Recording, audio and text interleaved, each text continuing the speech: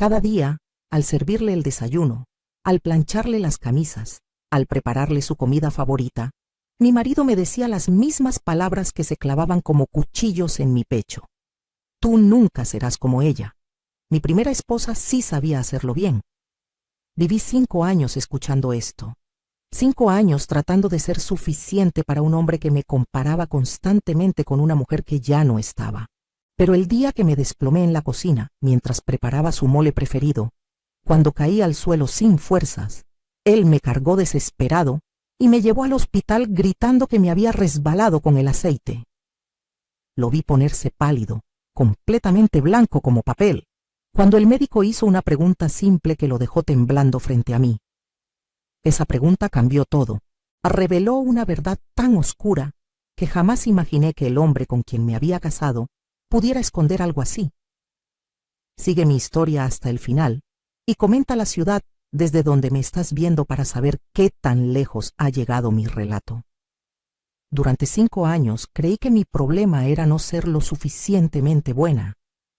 5 años pensando que si me esforzaba más, si cocinaba mejor, si limpiaba con más dedicación, si me despertaba más temprano, tal vez algún día escucharía una palabra de aprecio de labios de Roberto. 5 años en los que cada día era una competencia contra el fantasma de una mujer muerta. Pero déjenme contarles desde el principio, para que entiendan cómo llegué a ese momento en el hospital, cómo una mujer como yo, que siempre se consideró inteligente y fuerte, terminó atrapada en una pesadilla de la que no podía despertar. Mi nombre es Guadalupe, aunque todos me llaman Lupita. Tengo 67 años ahora, pero cuando conocí a Roberto tenía 62. Soy viuda desde hace 15 años. Mi primer esposo, Fernando, fue el amor de mi juventud.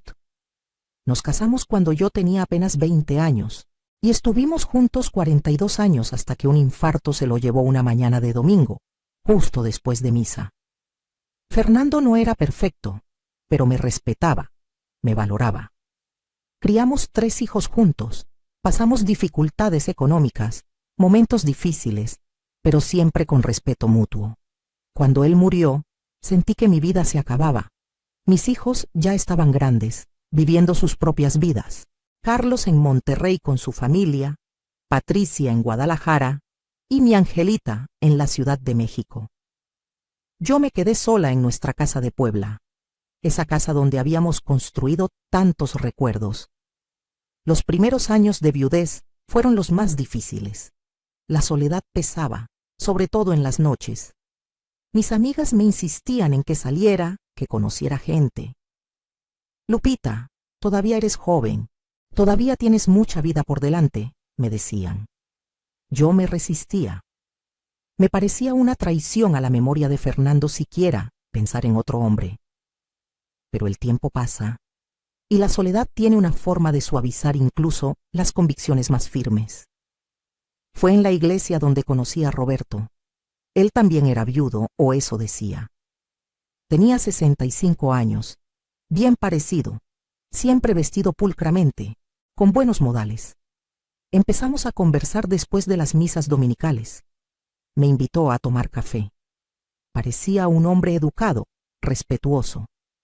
Me habló de su difunta esposa, Clara, quien, según él, había muerto de cáncer 3 años atrás. La forma en que hablaba de ella me conmovió. Decía que había sido una santa, que lo había cuidado hasta el final, que nunca encontraría a alguien como ella. En ese momento, esas palabras me parecieron dulces, el testimonio de un hombre que había amado profundamente. Qué tonta fui al no ver la advertencia que llevaban esas palabras. Nos casamos 6 meses después de conocernos. Mis hijos tenían dudas. Mamá, es muy rápido, decía Carlos. No lo conocemos bien, agregaba Patricia. Pero yo estaba decidida. Después de años de soledad, Roberto representaba compañía, alguien con quien compartir los años que me quedaban. La boda fue sencilla, solo nosotros 2 y algunos amigos en el juzgado, y luego una comida pequeña. Roberto vendió su casa y se mudó a la mía, esa casa que Fernando y yo compramos con tanto sacrificio. Ahí comenzó mi verdadera pesadilla, aunque tardé meses en darme cuenta. Al principio todo parecía normal. Roberto era atento, cariñoso. Pero poco a poco, como agua que se filtra por las grietas, empezaron las comparaciones. La primera vez fue con la comida. Preparé enchiladas verdes, una receta que en mi familia siempre había sido muy apreciada. Roberto probó un bocado, hizo una mueca y dijo: Clara las hacía diferentes, las de ella sí tenían sabor. Me dolió, pero traté de no darle importancia. Pensé que quizás estaba acostumbrado a otra sazón, que con el tiempo se acostumbraría a mi forma de cocinar. Qué equivocada estaba. Eso fue solo el comienzo. Las comparaciones se volvieron constantes, diarias, en todo. Si planchaba sus camisas, Clara las dejaba sin una sola arruga. Si arreglaba la sala, Clara tenía mejor gusto para decorar. Si me arreglaba para salir, Clara siempre se veía elegante, con clase. No importaba lo que hiciera, nunca era suficiente. Nunca alcanzaba el estándar de esa mujer perfecta que existía solo en su memoria. Comencé a despertarme más temprano, a esforzarme más. Buscaba recetas nuevas, compraba productos especiales para la limpieza, me arreglaba con más esmero, pero nada funcionaba. Mientras más me esforzaba, más cruel se volvía Roberto con sus comentarios. Empecé a cambiar. Yo, que siempre había sido una mujer segura de mí misma, que había criado 3 hijos, que había administrado un hogar durante décadas, que había trabajado como maestra durante 30 años antes de jubilarme, comencé a dudar de todo. Dudaba de mi capacidad para cocinar, para limpiar, para hacer cualquier cosa bien.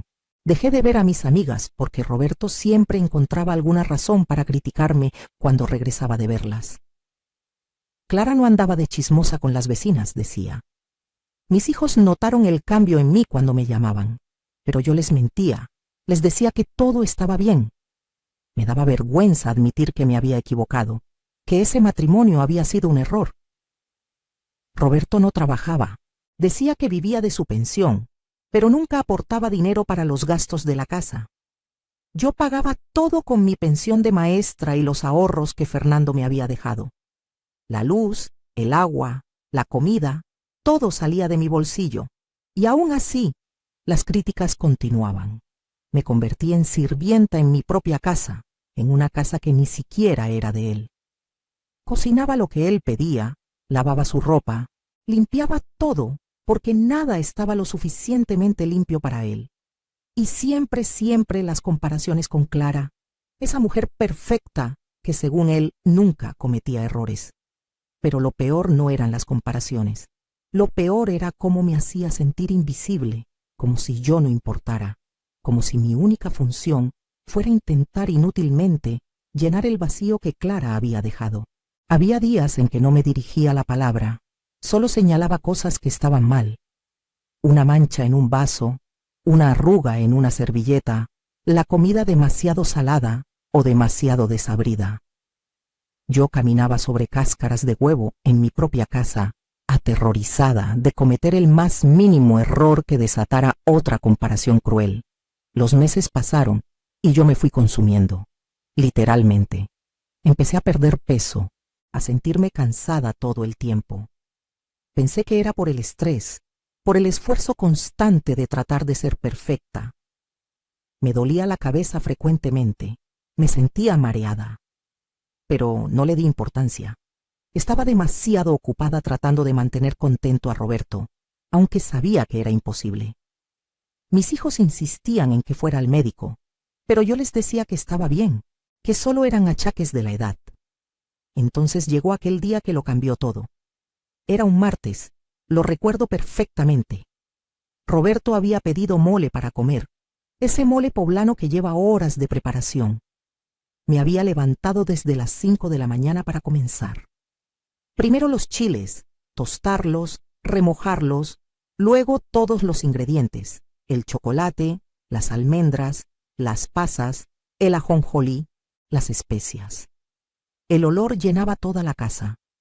Yo estaba de pie frente a la estufa, moviendo la olla grande donde el mole burbujeaba espeso y oscuro, cuando de repente todo comenzó a dar vueltas.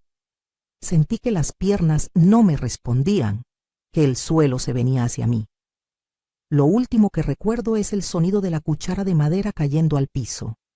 Desperté en el coche de Roberto. Él manejaba rápido, muy rápido, murmurando cosas que no podía entender. Me dolía todo el cuerpo. ¿Qué pasó?, pregunté con voz débil. Te resbalaste en la cocina con el aceite, respondió Roberto sin mirarme, con los ojos fijos en la carretera, las manos apretadas en el volante. Te caíste y te golpeaste la cabeza. Te llevo al hospital. Pero yo recordaba que no había aceite en el piso. Yo recordaba estar parada, moviendo el mole, y de repente la debilidad, el mareo. No había resbalón, no había golpe, pero estaba demasiado confundida para discutir. Llegamos al Hospital General. Roberto prácticamente me cargó hasta urgencias, gritando que necesitaba atención inmediata, que su esposa se había caído, que se había golpeado fuerte. Las enfermeras me pusieron en una camilla, me llevaron a una sala. Roberto seguía repitiendo la misma historia, que me había resbalado con aceite, que me había golpeado la cabeza. Un médico joven llegó, el doctor Ramírez, según leí en su placa. Comenzó a examinarme, a hacerme preguntas. Sabía qué día era, cómo me llamaba, recordaba lo que había pasado. Respondí todo correctamente. Él observaba mis ojos con una linternita, revisaba mis reflejos. Entonces hizo la pregunta, esa pregunta simple que cambió todo. El doctor Ramírez miró a Roberto y preguntó: ¿Su esposa tiene algún problema de salud? ¿Está tomando algún medicamento? Roberto respondió rápidamente: No, ninguno. Está perfectamente sana. Por eso fue tan extraño que se cayera así. El doctor frunció el ceño, luego me miró a mí. Señora, ¿está tomando algún medicamento? ¿Algo para la presión, para el azúcar, para dormir, cualquier cosa? Yo negué con la cabeza. No, doctor, no tomo nada. Solo mis vitaminas de vez en cuando. El doctor asintió pensativo. Luego volvió a mirar a Roberto. ¿Está seguro? Es importante que me diga si ella toma algo, porque sus síntomas... Roberto lo interrumpió nervioso. Ya le dije que no toma nada. ¿Por qué insiste con eso? Fue en ese momento cuando vi algo que nunca había visto antes en Roberto. Miedo. Miedo real en sus ojos. Estaba pálido, sudando. Sus manos temblaban ligeramente. El doctor Ramírez lo notó también. Voy a ordenar unos análisis de sangre completos, dijo el médico, sin apartar la mirada de Roberto. Necesito verificar algunas cosas. Roberto se puso aún más pálido. ¿Es realmente necesario? Ella solo se cayó. Tal vez solo necesita descansar. Pero el doctor ya había salido de la habitación. Me quedé sola con Roberto. Él caminaba de un lado a otro, nervioso, mirando hacia la puerta cada pocos segundos. Deberíamos irnos, dijo de repente. Esto va a salir muy caro. Mejor te llevo a casa y descansas allá. Intentó ayudarme a levantarme de la camilla, pero en ese momento entró una enfermera para sacarme sangre. Roberto no tuvo más opción que sentarse y esperar, aunque parecía a punto de salir corriendo en cualquier momento. Los análisis tardaron un par de horas. Durante ese tiempo, Roberto apenas me habló. Yo seguía sintiendo debilidad, confusión. No entendía por qué él estaba tan alterado. ¿Por qué tanta insistencia del doctor sobre medicamentos? Finalmente, el doctor Ramírez regresó, pero no venía solo. Lo acompañaba otro médico mayor, el doctor González, y una trabajadora social. Los tres tenían expresiones muy serias. El doctor Ramírez se acercó a mi camilla y me habló con voz suave pero firme.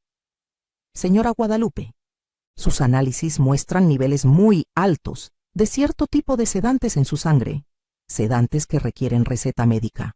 ¿Está completamente segura de que no está tomando nada? Yo estaba confundida. No, doctor, se lo juro. No entiendo. El doctor González intervino. Estos niveles no llegaron ahí por accidente, señora. Alguien le ha estado administrando estos medicamentos sin su conocimiento, en las cantidades que encontramos durante lo que parecen ser semanas o incluso meses. Por eso los mareos, la debilidad, la pérdida de peso que veo en su historial. El cuarto comenzó a dar vueltas nuevamente, pero esta vez no por los medicamentos, sino por la comprensión horrorosa de lo que estaban diciendo. Me volteé a ver a Roberto. Él estaba de pie junto a la puerta, completamente blanco, con gotas de sudor corriéndole por la frente. «Esto es ridículo», dijo con voz temblorosa. «Están acusándome de algo. Mi esposa está enferma, confundida». Pero su voz no sonaba convincente, sonaba aterrada. La trabajadora social se acercó a Roberto. «Señor, necesitamos hacer algunas preguntas. Es procedimiento estándar en estos casos». Roberto dio un paso hacia atrás. «No tengo que responder nada, nos vamos». Intentó acercarse a mi camilla, pero el doctor González se interpuso. «Me temo que no puede irse todavía, señor. Hemos llamado a las autoridades. Esto es un posible caso de envenenamiento». La palabra envenenamiento cayó como una bomba en esa pequeña sala de urgencias. Yo no podía procesar lo que estaba escuchando. Roberto me había estado envenenando. ¿Por qué? ¿Para qué? Las preguntas giraban en mi cabeza mientras veía a mi esposo desmoronarse frente a mis ojos. Él se dejó caer en una silla, con la cabeza entre las manos. «No iba a matarla», murmuró. Solo necesitaba que estuviera más tranquila, más manejable, como Clara». Esas palabras, como Clara. Todo encajó en ese momento horrible. La trabajadora social me tomó de la mano mientras las lágrimas comenzaban a rodar por mis mejillas. Pero no eran lágrimas de tristeza solamente. Había algo más ahí, algo que todavía no podía identificar. El doctor Ramírez seguía hablando, explicando que me iban a mantener en observación, que necesitaban asegurar que mi cuerpo eliminara las sustancias, que vendría la policía a tomar mi declaración. 2 policías llegaron media hora después. Se llevaron a Roberto a otra sala para interrogarlo. Yo me quedé ahí, conectada a un suero que según el doctor ayudaría a limpiar mi sistema. La trabajadora social, una mujer llamada Sofía, se quedó conmigo. Me explicó con voz amable que lo que me había pasado era más común de lo que la gente creía, que muchas mujeres mayores sufrían este tipo de abusos sin siquiera saberlo. Me preguntó si tenía familia a quien pudiera llamar.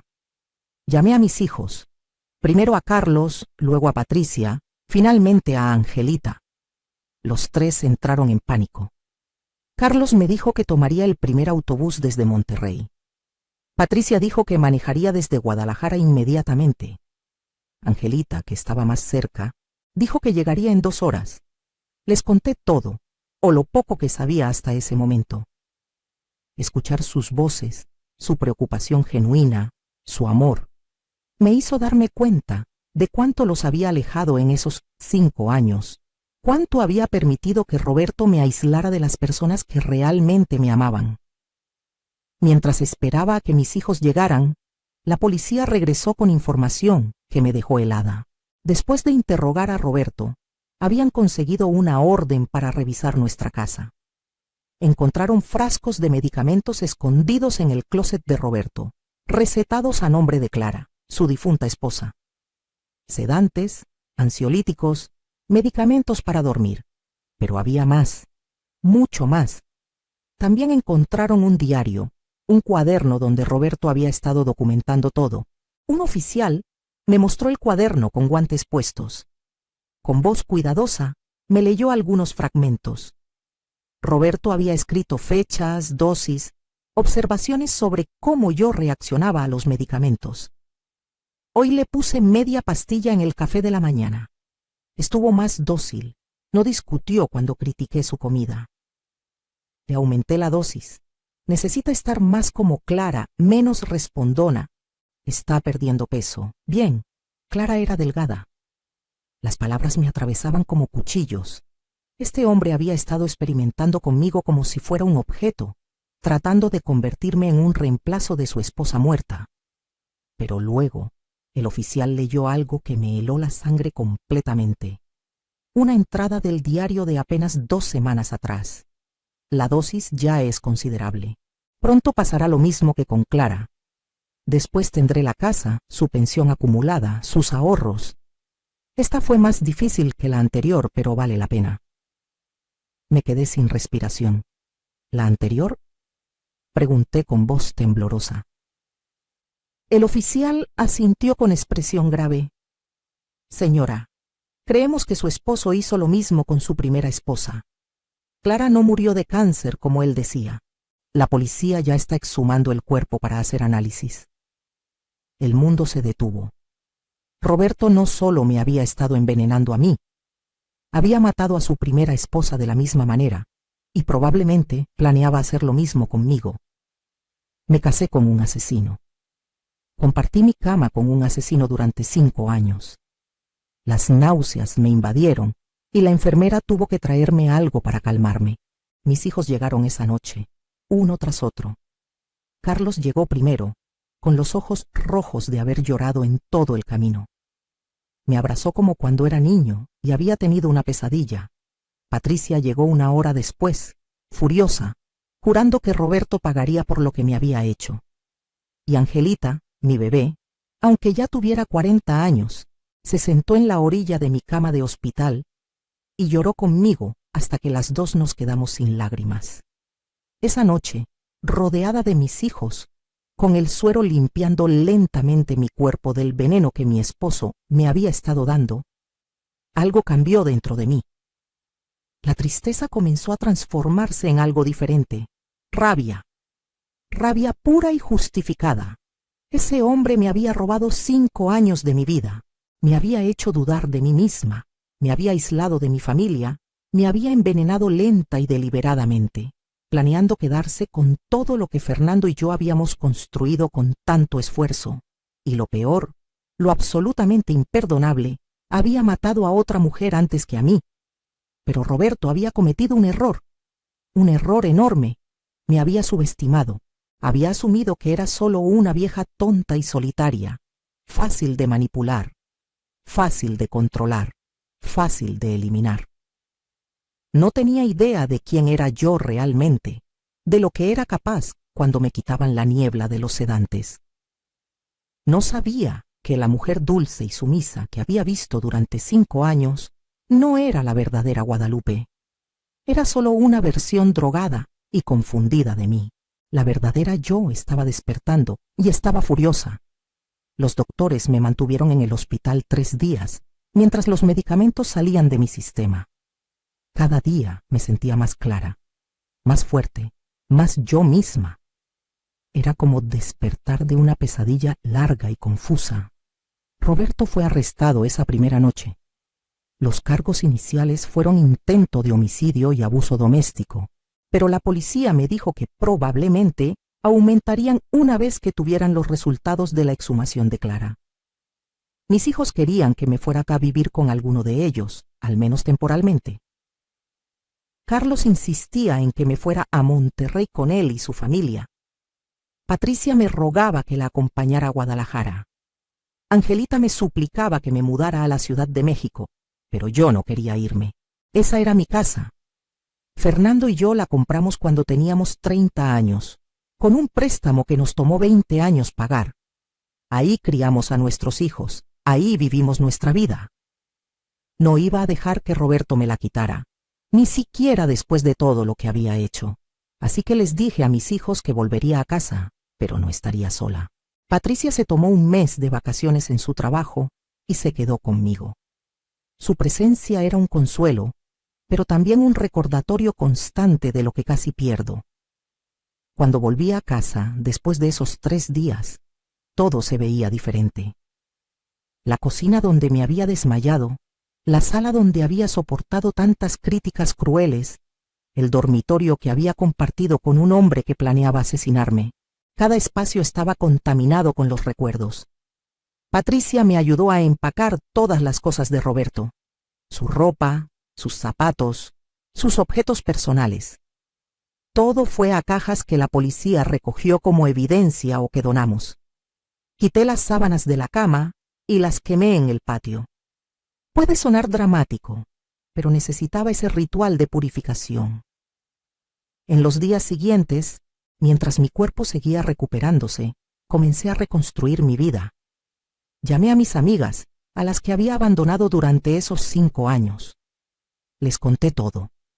Su apoyo fue inmediato y absoluto. Me visitaban diariamente, me traían comida, se sentaban conmigo a tomar café. Me di cuenta de cuánto había perdido al alejarme de ellas. La soledad que había sentido antes de conocer a Roberto parecía preferible ahora a la horrible compañía que él había sido. Pero mientras me recuperaba físicamente, mi mente trabajaba en otra cosa. Rabia. Seguía sintiendo esa rabia ardiente cada vez que pensaba en Roberto, en sus comparaciones crueles, en cómo me había drogado sistemáticamente, en cómo había planeado matarme y quedarse con todo. Y entonces, una tarde mientras tomaba té en mi cocina con Patricia, ella mencionó algo casualmente que despertó una idea en mi mente. «Mamá, ¿te acuerdas de la propiedad de la abuela?», preguntó Patricia mientras comíamos pan dulce. Yo levanté la vista sorprendida. No había pensado en esa propiedad en años.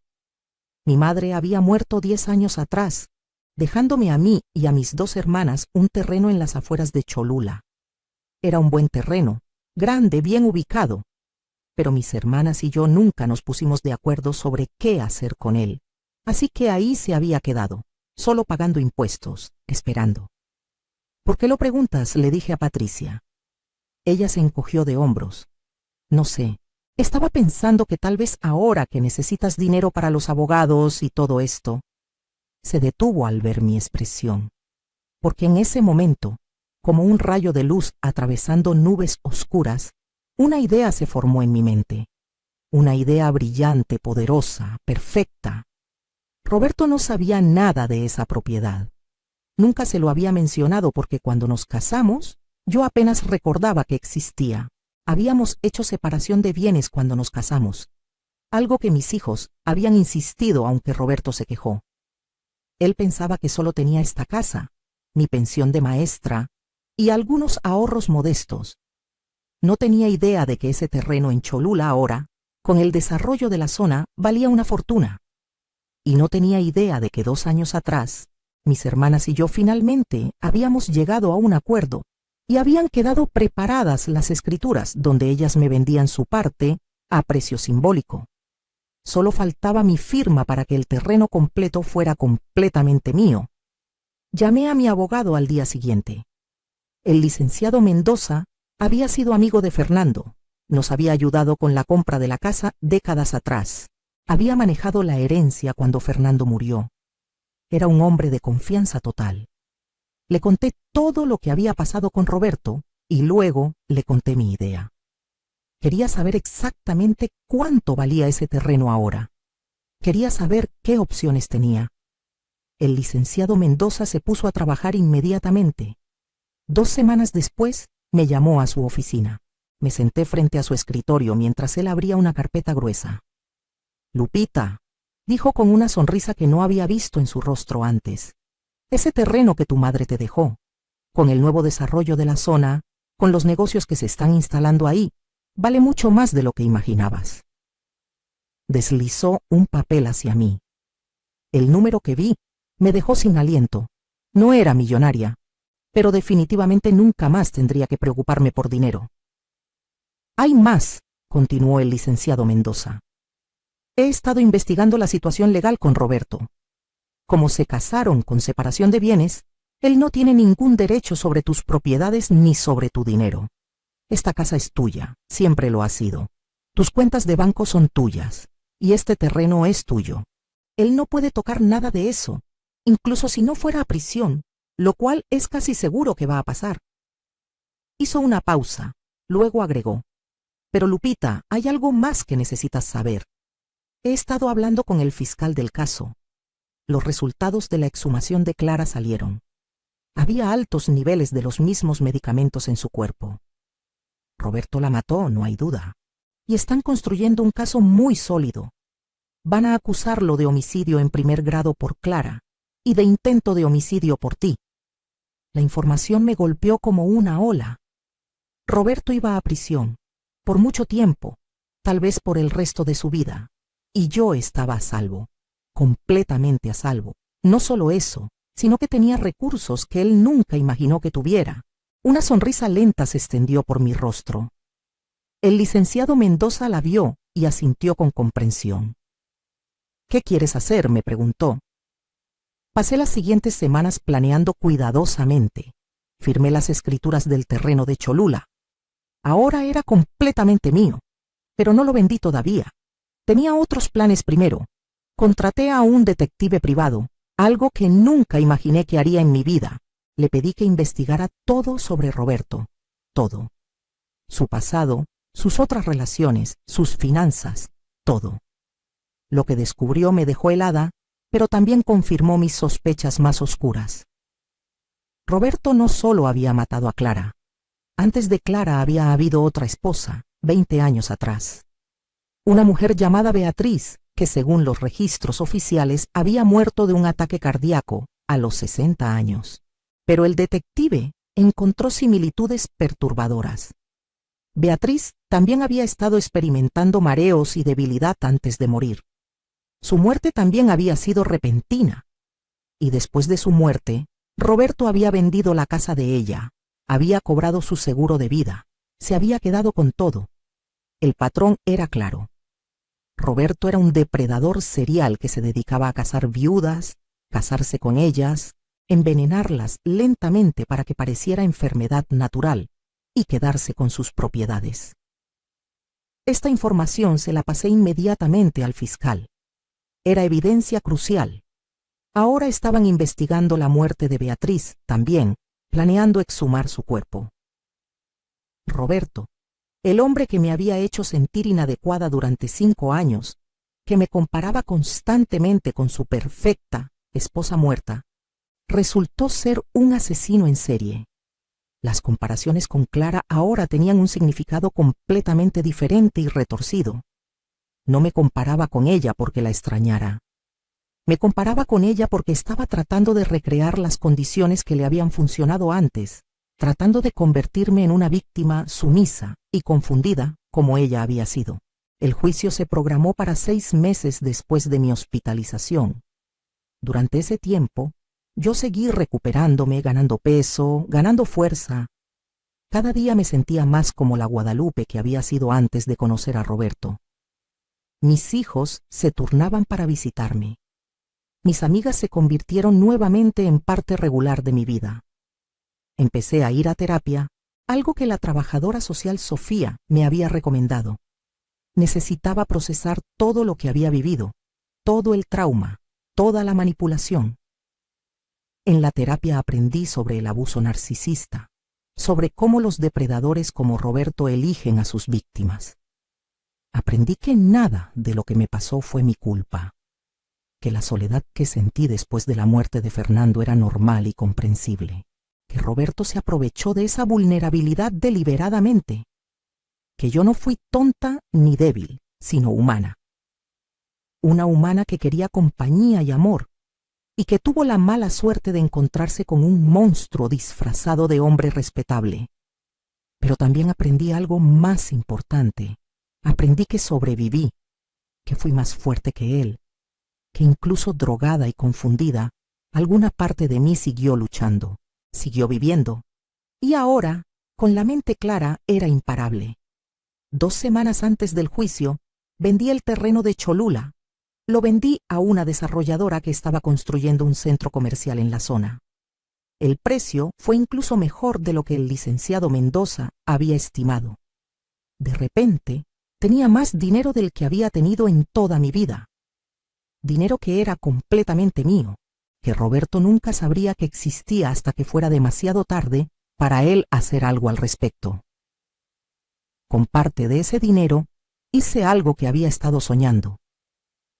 Renovamos completamente la casa. Cambié todo lo que Roberto había tocado. Pinté las paredes de colores alegres y brillantes que a mí me gustaban. Compré muebles nuevos. Rediseñé la cocina, ese lugar donde casi muero, convirtiéndola en un espacio luminoso y hermoso. Instalé un jardín en el patio trasero, lleno de las flores que a Fernando le habían gustado. Cada cambio era como borrar la presencia de Roberto de mi espacio, reclamando lo que siempre había sido mío. También hice algo más. Creé un fondo fiduciario para cada uno de mis nietos, para su educación universitaria. Doné dinero a un refugio para mujeres víctimas de violencia doméstica en Puebla. Pagué mi propia terapia completa por adelantado, sabiendo que la iba a necesitar por mucho tiempo.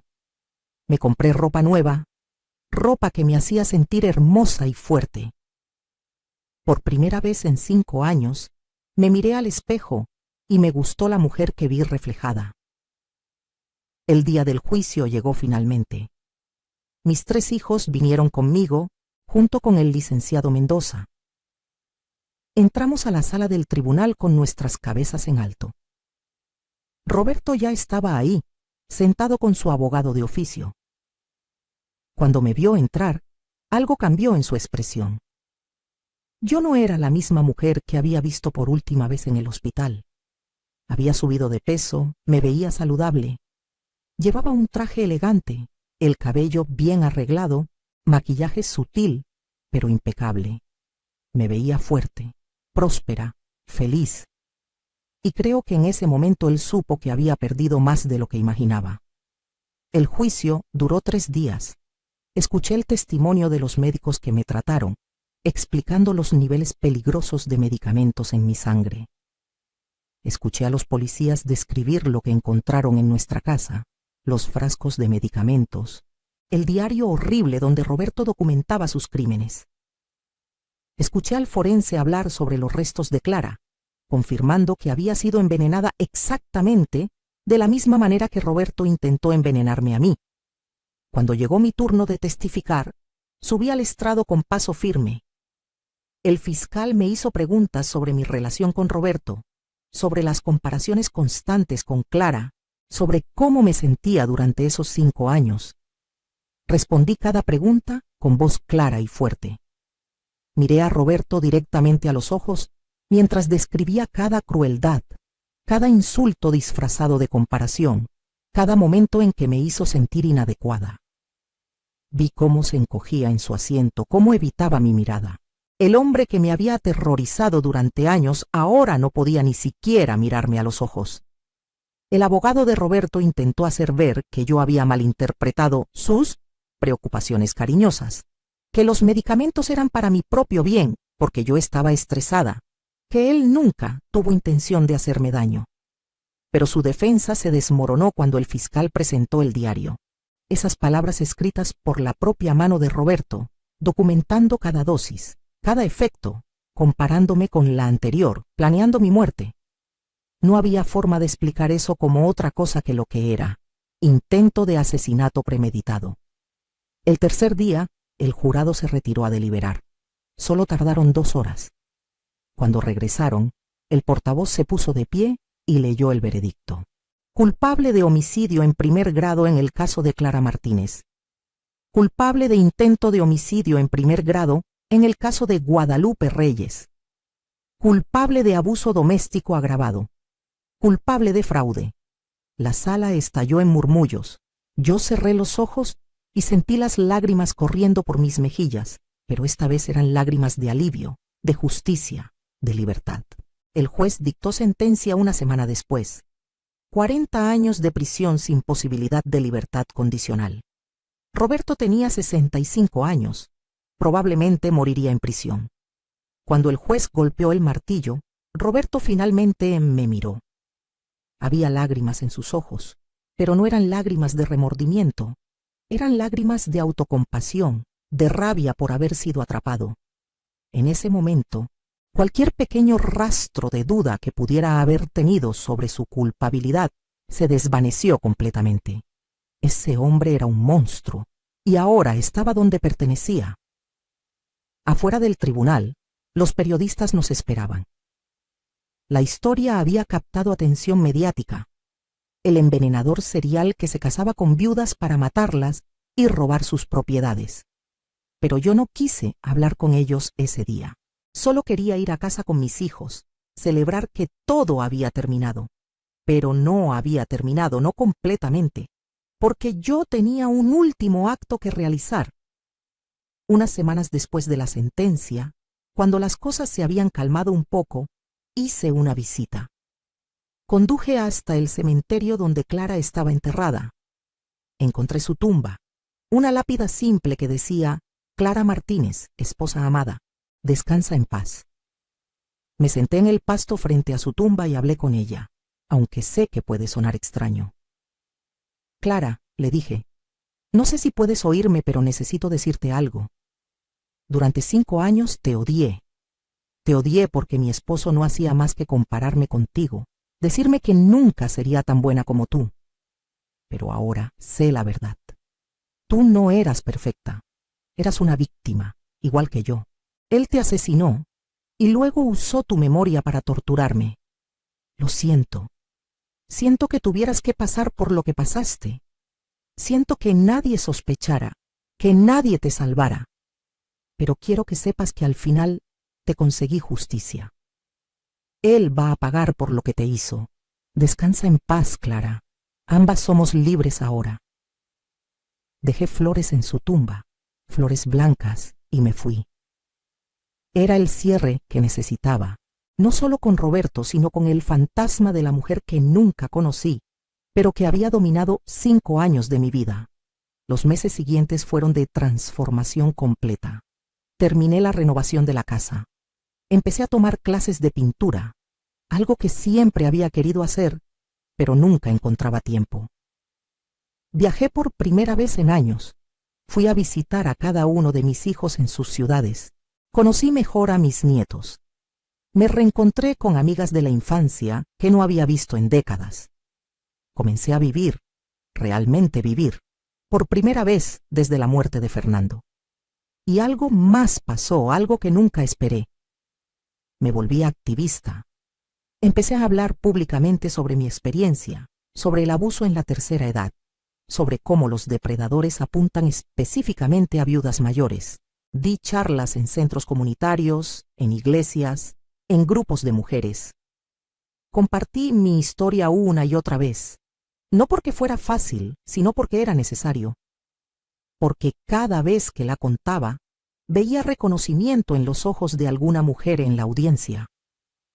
Veía a alguien darse cuenta de que lo que estaba viviendo no era normal, no era amor, era abuso. Trabajé con el refugio al que había donado dinero, ayudando a crear programas específicos para mujeres mayores.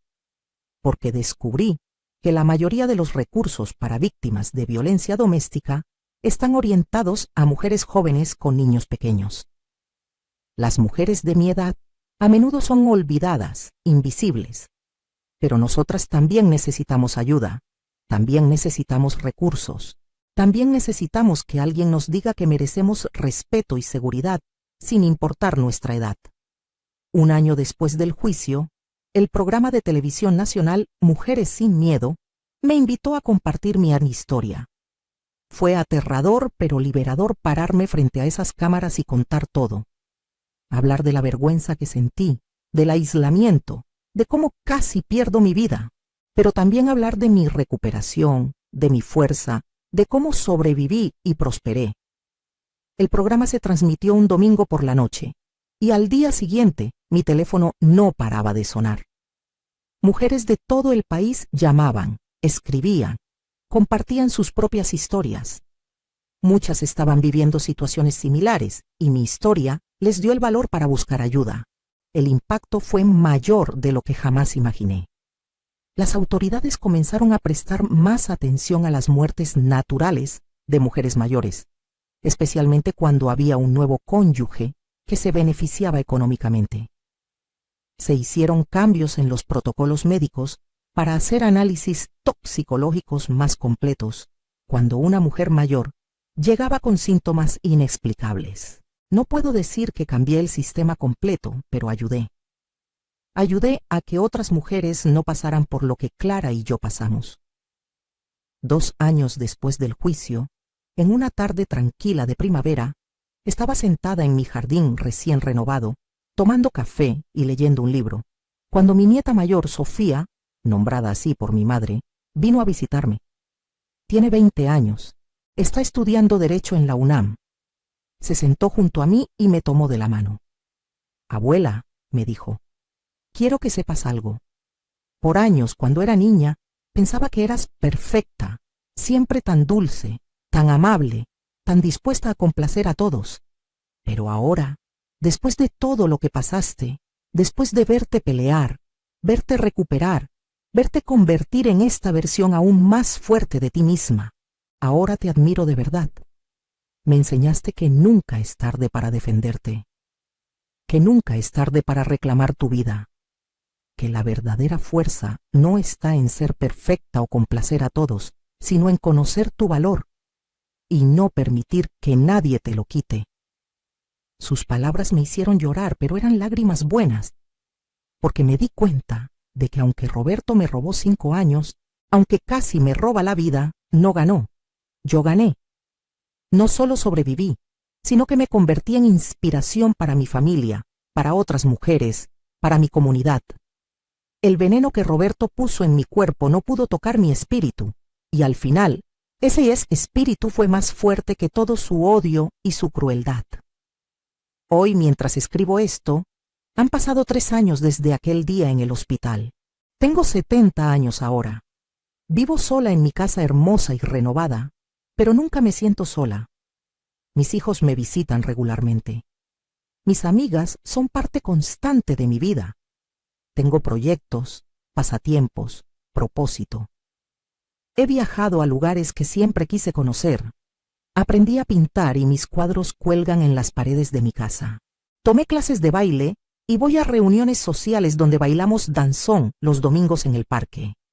He tenido propuestas de otros hombres, sí, hombres que quieren invitarme a cenar, conocerme mejor.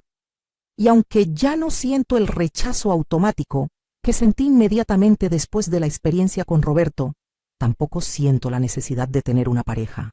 Estoy completa yo sola. Si algún día llega alguien que añada valor genuino a mi vida, que me respete, que me valore, tal vez consideraré una relación. Pero nunca más necesitaré a alguien por miedo a la soledad. La soledad ya no me asusta. Lo que me asusta es perder mi paz, mi independencia, mi fuerza duramente ganada. El dinero del terreno de Cholula me permitió seguridad financiera por el resto de mi vida. Pero más importante que eso, me permitió libertad. Libertad para hacer lo que quiero, cuando quiero. Libertad para decir que no. Libertad para ser exactamente quien soy sin disculparme, sin tratar de cumplir las expectativas de nadie más. A mis 70 años, finalmente aprendí algo que desearía haber sabido desde joven.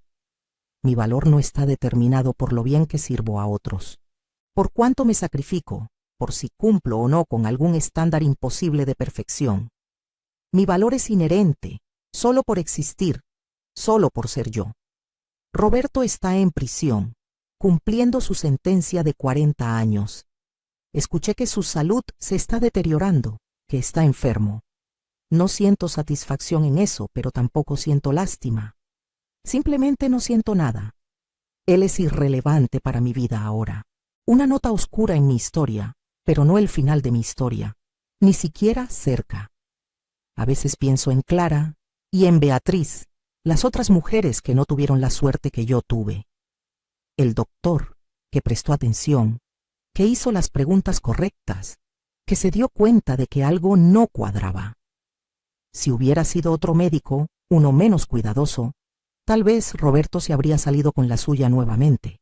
Tal vez yo estaría muerta y él estaría viviendo en mi casa, gastando mi dinero, buscando a su próxima víctima. Esa posibilidad me perseguía al principio, pero ahora la uso como motivación. Cada mujer que ayudo, cada historia que comparto, es en honor a Clara y Beatriz, las mujeres que no pudieron salvarse, pero cuya justicia finalmente llegó. Mi mensaje para otras mujeres, especialmente mujeres mayores que pueden estar pasando por algo similar, es este. Confía en tus instintos. Si algo se siente mal, probablemente está mal. Si alguien te hace sentir pequeña, inadecuada, nunca suficiente, esa persona no te ama. El amor real te hace sentir valiosa, respetada, apreciada. El amor real no te compara constantemente con otros. El amor real no te aísla de tu familia y amigos. El amor real no te enferma. Y si ya estás en una situación así, quiero que sepas que no es demasiado tarde. Nunca es demasiado tarde para salvarte, para reclamar tu vida, para empezar de nuevo. Yo lo hice a los 67 años, después de haber sido envenenada durante meses, después de haber perdido 5 años con un monstruo. Si yo pude hacerlo, tú también puedes. No importa cuántos años tengas, no importa cuánto tiempo hayas estado en esa situación, siempre hay salida, siempre hay esperanza. Para las mujeres jóvenes que están leyendo esto, especialmente mis nietas y las hijas de mis amigas, les digo, aprendan de mi error. No dejen que la soledad las lleve a los brazos de alguien sin conocerlo bien primero.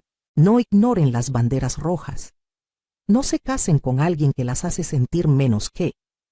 Y sobre todo, nunca, nunca permitan que alguien las aísle de su red de apoyo. Mantengan cerca a su familia y amigos. Ellos son sus salvavidas cuando las cosas se ponen difíciles. Hace poco, el refugio para mujeres donde soy voluntaria me pidió que fuera la oradora principal en su evento anual de recaudación de fondos. Parada frente a 200 personas, compartiendo mi historia, viendo las lágrimas en los ojos de mujeres que habían pasado por cosas similares o peores, sentí algo que nunca esperé sentir: gratitud. No gratitud por lo que Roberto me hizo, nunca eso, pero gratitud por haber sobrevivido, por haber encontrado mi fuerza, por haber podido convertir mi dolor en propósito. Durante 5 años, les dije a esa audiencia, un hombre me dijo todos los días que yo nunca sería como su primera esposa, y tenía razón. Nunca fui como Clara, porque yo sobreviví, yo luché, yo gané, y ahora uso mi voz y mi historia para asegurar que otras mujeres también sobrevivan, también luchen, también ganen. El aplauso que siguió fue ensordecedor, pero más importante fueron las mujeres que se me acercaron después. Mujeres que me dijeron que mi historia les dio valor para dejar a sus abusadores. Mujeres que me agradecieron por hacerlas sentir menos solas. Una mujer mayor, probablemente de mi edad, me abrazó llorando y me susurró: gracias por darme esperanza de que puedo empezar de nuevo, incluso a mi edad. Le dije lo mismo que te digo a ti ahora. Nunca es tarde para reclamar tu vida. Entonces, ¿qué harías tú en mi lugar si descubrieras que la persona con quien te casaste te estaba envenenando lentamente, planeando tu muerte? ¿Tendrías el valor de luchar, de reconstruir, de convertir tu dolor en poder? Comenta abajo. Comparte tu ciudad para que sepa qué tan lejos ha llegado mi historia. Y si conoces a alguien que pueda estar en una situación de abuso, comparte este relato, porque las historias como la mía necesitan ser contadas, necesitan ser escuchadas, necesitan salvar vidas. Yo soy Guadalupe, soy sobreviviente, soy más fuerte de lo que mi abusador jamás imaginó. Y si yo pude salir de la oscuridad más profunda hacia la luz, tú también puedes. Nunca lo olvides.